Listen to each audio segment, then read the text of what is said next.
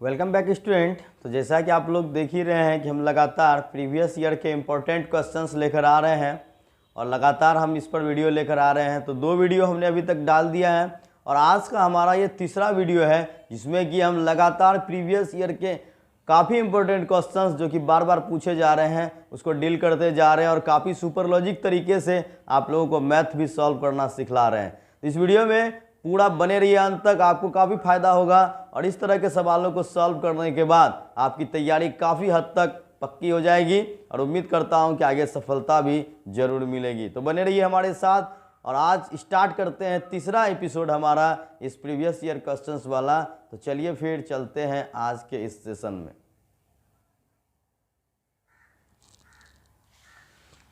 तो यहाँ पर स्टूडेंट्स हमारा आज के इस सेशन का जो पहला क्वेश्चन है वो आप लोग देख रहे हैं।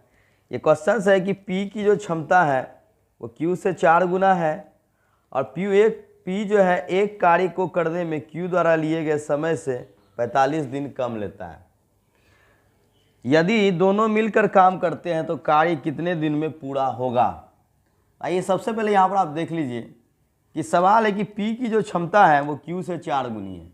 इसका मतलब साफ है कि अगर Q एक काम कर सकता है तो उतने ही समय में P 4 काम कर देगा। क्षमता को हम लोग काम में ले लेंगे, यानी स्पष्ट है कि जब भी क्षमता 4 गुनी होगी तो साफ है कि अगर Q एक काम करेगा तो P की क्षमता 4 गुनी है तो वो 4 काम कर देगा। इसलिए काम का अनुपात का अपोजिट दिन का अनुपात हो जाएगा। अगर हम दिन में बात करेंगे तो यहाँ पर जो है P और Q है अपोजिट हो जाता है, यानी कि अगर Q एक काम करता है और P 4 काम करता है तो इसका मतलब पूरा काम करने में P अगर 1 दिन लेगा तो Q 4 दिन लेगा। ठीक है, अब यहाँ पर देख लीजिए कि इस दोनों के दिन में डिफरेंस कितना का है, 3 दिन का डिफरेंस है। लेकिन यहाँ पर क्या कह रहा है कि जो आपका Q है वो P से 45 दिन अधिक लेता है, तो ये 15 गुना आपका ज़्यादा हो गया, 15 तिया 45। अब आप यहाँ पर देख लीजिए कि 15 दिन ज़्यादा है तो इसका मतलब इस काम को करने में P 15 दिन लेता है तो Q आपका 15 चौके 60 दिन लेगा। तो ये आपने देख लिया 15 दिन और 60 दिन लेगा। तो यहाँ पर आपका है कि अगर दोनों मिलकर काम करते हैं तो कितने दिन में हमारा ये काम पूरा हो जाएगा। तो यहाँ पर हमारा काम अगर 60 है पूरा तो 15 ये 4 काम करेगा, ये डेली 1 काम करेगा, तो 60/4 एक हमारा जो है 5 काम ये दोनों मिलकर करेगा। तो इसलिए ये 12 दिन में काम पूरा कर देगा। बताइए स्टूडेंट्स, समझ में आया या नहीं? तो कैसा लगा लॉजिक ये भी बताइएगा। देखिए सीधी सी बात है कि अगर Q एक काम करता है तो P 4 काम करता है। इसका मतलब है कि अगर P 1 दिन लेता है तो Q 4 दिन लेता है काम पूरा करने में। दोनों के दिन में 3 दिन का डिफरेंस है, लेकिन यहाँ पर आपका 45 दिन का डिफरेंस बोल रहा है, इसलिए 3 गुना 15 45 दिन का डिफरेंस है। तो ये सभी दिन 15 गुना ज़्यादा हो जाएगा, यानी P अगर 15 दिन लेता है तो Q 60 दिन लेता है। इसलिए यहाँ पर अगर दोनों मिल के काम करेगा तो 12 दिन में काम पूरा कर देगा। तो उम्मीद है इस चीज़ को आप लोग समझ गए अच्छे से। चलिए हमारा जो अब नेक्स्ट क्वेश्चन है वो हम लेते हैं। तो नेक्स्ट क्वेश्चन आपका क्या है, देखिए आपके स्क्रीन पर है।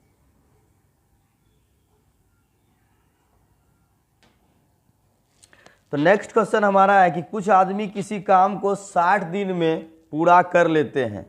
यदि उस काम पर 8 आदमी और लगा दिए जाए तो वह काम 10 दिन पहले पूरा हो जाता है। ठीक है, तो यहाँ पर आपसे कहा जा रहा है कि मूलतः कितने आदमी काम पर, यानी शुरू में कितने आदमी काम पर लगाए गए थे।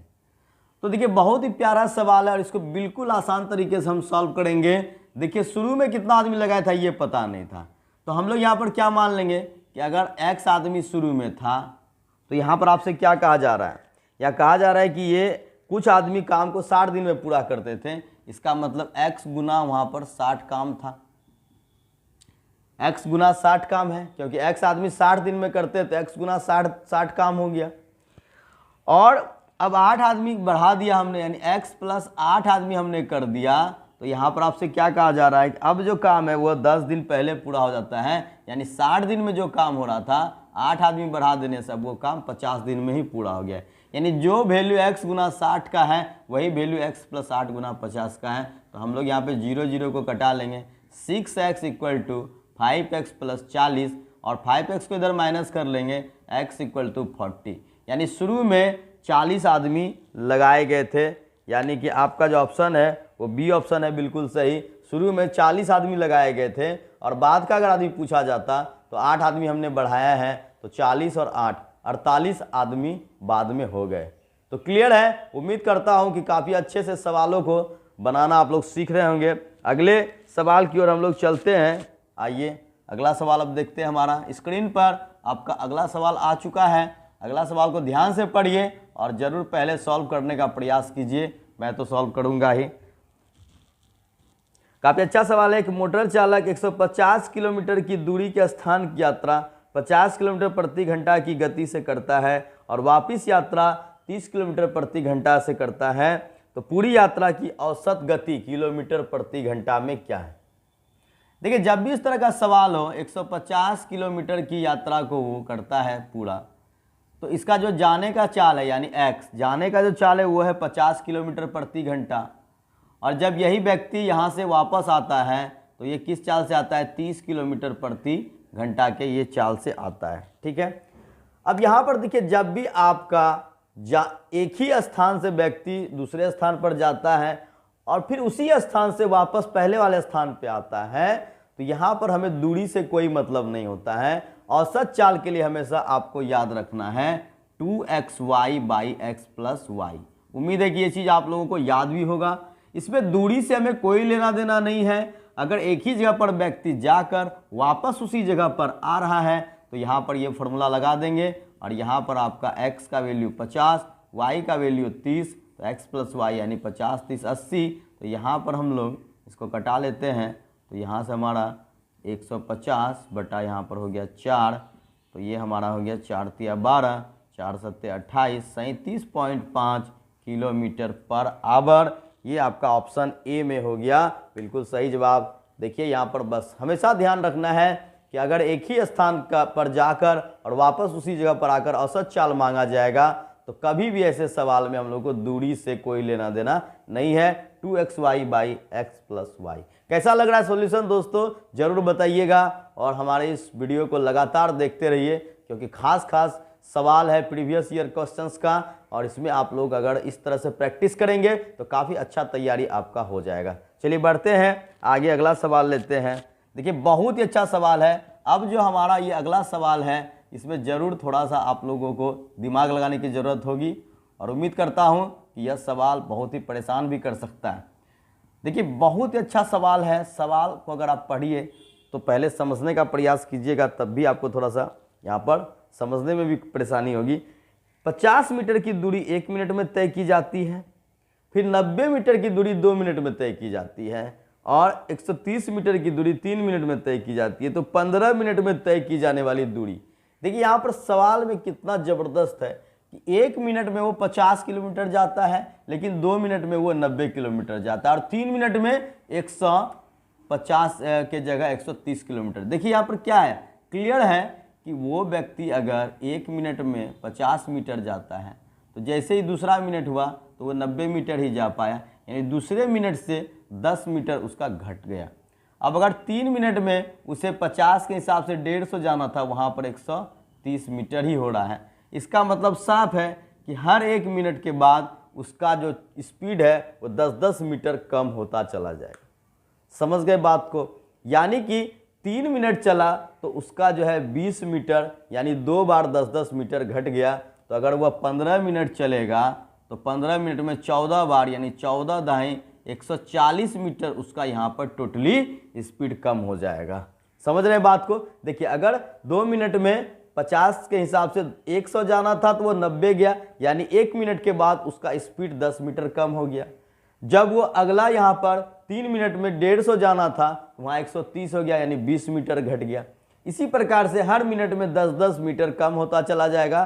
तो 15 मिनट में 14 बार 10-10 मिनट कम होने से 140 मीटर इसका जो है स्पीड कम हो जाएगा। तो 15 मिनट के हिसाब से अगर हम लोग देखें 50 के स्पीड से 15 मिनट में, तो ये आपका 750 मीटर जाना चाहिए था, लेकिन 140 मीटर कम होकर यह 610 मीटर ही जा पाएगा।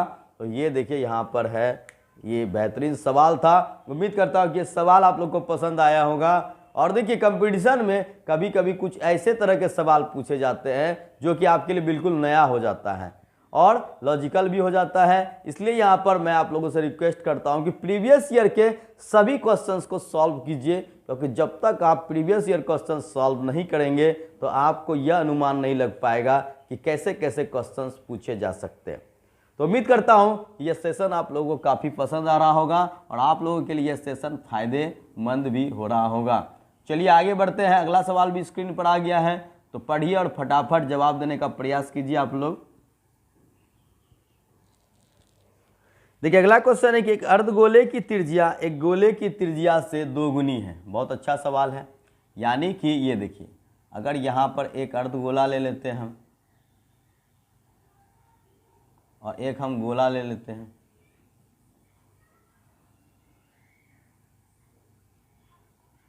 तो अर्धगोले की जो त्रिज्या है, इसकी जो त्रिज्या है वो गोले की त्रिज्या की 2 गुनी है। यानी अगर इसकी त्रिज्या r है तो अर्धगोले की त्रिज्या 2r है।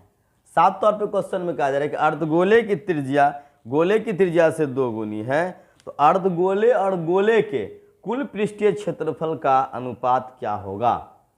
तो यहाँ पर देखिए सबसे पहले क्लियर हो गया कि अर्धगोले की त्रिज्या गोले की त्रिज्या से 2 गुनी है, और अब यहाँ पर इसमें आपको दोनों के कुल पृष्ठ क्षेत्रफल का अनुपात निकालना। तो यहाँ पर स्टूडेंट्स एक बात कहना चाहूँगा कि अगर आप लोगों को गोले और अर्धगोले का कुल पृष्ठ क्षेत्रफल का सूत्र मालूम नहीं है तो आपको ये सवाल बनाने में परेशानी होगी। परेशानी क्या, आप बना ही नहीं पाएंगे। इसलिए क्षेत्रमिति के आयतन, पृष्ठ क्षेत्रफल, इस तरह के जितने भी रिलेटेड आपके सूत्र हैं वो ज़रूर याद कर लीजिए। और अगर आप लोगों को परेशानी है तो हमें वीडियो में कमेंट कीजिए, मैं इसकी जो है लॉजिक बता दूंगा आप लोगों को, ताकि आप लोग आसानी से सभी फॉर्मूला याद कर पाएंगे। ठीक है, तो मैं बिल्कुल इस पर सेशन ला दूंगा अगर आप लोग ऐसा बोलेंगे। फिलहाल चलते हैं, तो यहाँ पर हम लोग अर्धगोले और गोले के कुल पृष्ठ क्षेत्रफल, तो अर्धगोले का कुल पृष्ठ क्षेत्रफल हो जाता है 3πr², और जो गोले का कुल पृष्ठ क्षेत्रफल होता है वो होता है 4πr²। तो यहाँ जो देखिए, ये तो इसकी जो त्रिज्या है वो तो r ही है, लेकिन इसकी जो त्रिज्या है वो इसका डबल 2r है। तो यहाँ पर हम लोग 3π, अर्धगोले की त्रिज्या को हम लोग लगाएंगे 2r लगाएंगे, तो 2r का स्क्वायर होगा तो यहाँ पर 4r² हो जाएगा। तो यहाँ पर आपका 4πr² है, तो पाई को हमने कटा दिया, r² हमने कटा दिया, 4 और 4 भी हमारा कट गया, तो 3:1। ये देखिए कहाँ है, ऑप्शन 1 में है, 3:1 इस सवाल का हो जाएगा बिल्कुल सही जवाब। तो कैसा लग रहा है दोस्तों, सेशन पसंद आ रहा है या नहीं, और साथ ही आप लोगों को ये सवाल इंपॉर्टेंट भी लग रहा है या नहीं, जरूर हमें कमेंट में बताइएगा। चलते हैं अगले सवाल पे। अगला सवाल है, सवाल कर रहा है कि यदि कोई ऐसी संख्या है 31 से उतनी ही बड़ी है जितनी कि 75 से छोटी है, तो संख्या ज्ञात कीजिए। चलिए बहुत अच्छा सवाल है, तो यहाँ पर आप लोग इसको बनाकर बतलाइए, फटाफट जवाब दीजिए। तब तक मैं यहाँ पर देखता हूँ कि आप लोग को कितना समय लगता है इस छोटे से सवाल को सॉल्व करने में। और सभी से रिक्वेस्ट करूँगा कि आपका जो वीडियो देख रहे हैं उसके जस्ट नीचे एक लाल बटन है, उस लाल बटन को दबाने से यह चैनल आप सब्सक्राइब कर लेंगे और लगातार मैं जो भी वीडियो डालूंगा उसकी नोटिफिकेशन आप लोगों को मिलेगी। और वीडियो पसंद आ रहा है तो ज़रूर आप लोग चैनल को सब्सक्राइब कीजिएगा, लाइक भी कीजिएगा, क्योंकि आप लोगों के लाइक से हमारा प्रोत्साहन बढ़ता है और मैं आप लोगों के लिए ज़्यादा से ज़्यादा मेहनत कर सकता हूँ। चलिए तो इस सवाल को देखते हैं। यानी कि देखिए सवाल है कि 31 से उतनी ही बड़ी है जितना कि वो 75 से छोटी है। इसका मतलब होता है कि ये संख्या 31 और 75 के बीच में है, ठीक बीच में है। क्यों? क्योंकि 31 से उतनी ही बड़ी है जितनी कि वो 75 से छोटी है। तो बस कुछ नहीं करना है, दोनों का एवरेज कर देंगे, तो यानी कि हो जाएगा 106/2 यानी कि 53। तो 53 बहुत लोगों ने कमेंट में जवाब भी दिया, तो बहुत अच्छा है। यहाँ पर 53 जो है वो आपका यहाँ पर बिल्कुल सही जवाब है। ऑप्शन ए में ये आपको ऑप्शन में मिल जाएगा, ये आप लोग देख लीजिए, 53 हो गया बिल्कुल सही जवाब। समझ गए इस सवाल के सॉल्यूशन को। तो चलिए फिर हम लोग आगे बढ़ते हैं। आज के सेशन का जो अगला सवाल है देखिए अगला सवाल भी बहुत अच्छा है और इस तरह के सवाल आपके कंपटीशन में बराबर पूछे जाते हैं और बार बार पूछे जा रहे हैं। देखिए 4 धावक है, एक वृत्ताकार पथ पर किसी बिंदु से दौड़ना आरंभ करते हैं। देखिए वृत्ताकार पथ है यानी कि गोल गोल ऐसा एक रास्ता है जिस पर ये किसी एक बिंदु से ये लोग यहाँ से दौड़ना सभी लोग शुरू करते हैं। तो ये कहा जा रहा है कि एक चक्कर पूरा करने में एक आदमी 200 सेकेंड लगाता है, एक आदमी 300 सेकेंड लगाता है, एक आदमी 360 सेकेंड लगाता है और एक आदमी 450 सेकेंड लगाता है। तो कितने समय के बाद आरंभिक बिंदु पे वे पहली बार मिलेंगे? ठीक है, तो देखिए जब यहाँ पर इस तरह का सवाल होता है कितने समय के बाद वे एक साथ मिलेंगे, तो ऐसे सवाल में हम लोग क्या करते हैं, यहाँ पर जो सभी का अलग अलग समय दिया है दौड़ पूरा करने का 200 सेकेंड, इसके बाद आपका है 300 सेकेंड, 360 सेकेंड और 450 सेकेंड। तो सभी का हम लोग क्या करते हैं, एलसीएम ले लेते हैं।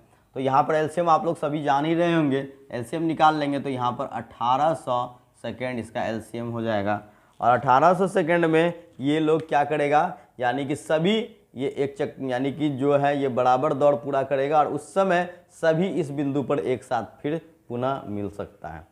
तो इसलिए ऐसे सवालों का हम लोग हमेशा एलसीएम निकाल देते हैं और एलसीएम निकालने के बाद आपका जवाब आ जाता है। चलिए यहाँ पर आते हैं, अब एक और नेक्स्ट सवाल है हमारा, औसत का सवाल है, काफ़ी अच्छा सवाल है।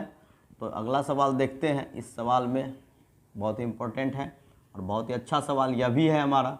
देखिए आपके स्क्रीन पर है अगला सवाल, आपसे कहा जा रहा है 75 लड़कियों की कक्षा में 75 लड़कियों की कक्षा में लड़कियों की जो कुल आयु है वो 1050 वर्ष है। यानी कि यहाँ पर 75 लड़कियों की जो कुल आयु है उसको जोड़ करके कितना निकाल दिया गया है, 1050 वर्ष। अब इस हिसाब से कहा जा रहा है कि इनमें से 25-25 का कैटेगरी बना दिया गया। पहले 25 की औसत आयु 12 साल है, दूसरे 25 की औसत आयु 16 वर्ष है। तो जो शेष 25 बचती है उसका औसत क्या हो जाएगा? चलिए आइए देखते हैं हम लोग। तो पहले 25 की जो औसत आयु 12 है, तो यानी कि कुल आयु हो जाएगा 25 गुना 12, तो ये हमारा कितना हो गया, 300 हो गया। और नेक्स्ट जो 25 है उसका औसत 16 है, तो 25 गुना 16, तो ये हमारा 400 वर्ष हो गया।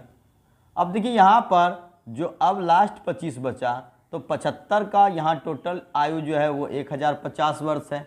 इसमें से ये टोटल 50 का जो आयु हो गया वो 700 हो गया।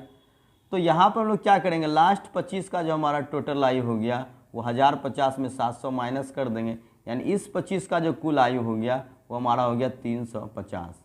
इसलिए यहाँ पर जो एक का आयु होगा औसत वो हमारा क्या हो जाएगा, अंतिम 25 में जो औसत होगा 350/25। तो 5 से 5 बार में 5 7 35, ये आपका 70 और 5 से ये कट गया हमारा 14 बार में, यानी कि 14 वर्ष जो हो गया ये आपका हो गया एवरेज आयु यहाँ पर लास्ट 25 स्टूडेंट्स का। तो ये आप लोग यहाँ पर देख लीजिए 14 साल ऑप्शन हमारा कहाँ है, ये है हमारा ऑप्शन सी में। तो ये सवाल भी आप लोगों को क्लियर हो गया होगा और उम्मीद करता हूँ कि काफ़ी अच्छे तरीके से सवाल सॉल्व करना आप लोग सीख पा रहे होंगे। चलिए आज के सेशन में हम लोग अब एक आखिरी और सवाल को हम लोग लेते हैं और ये भी सवाल काफ़ी अच्छा है।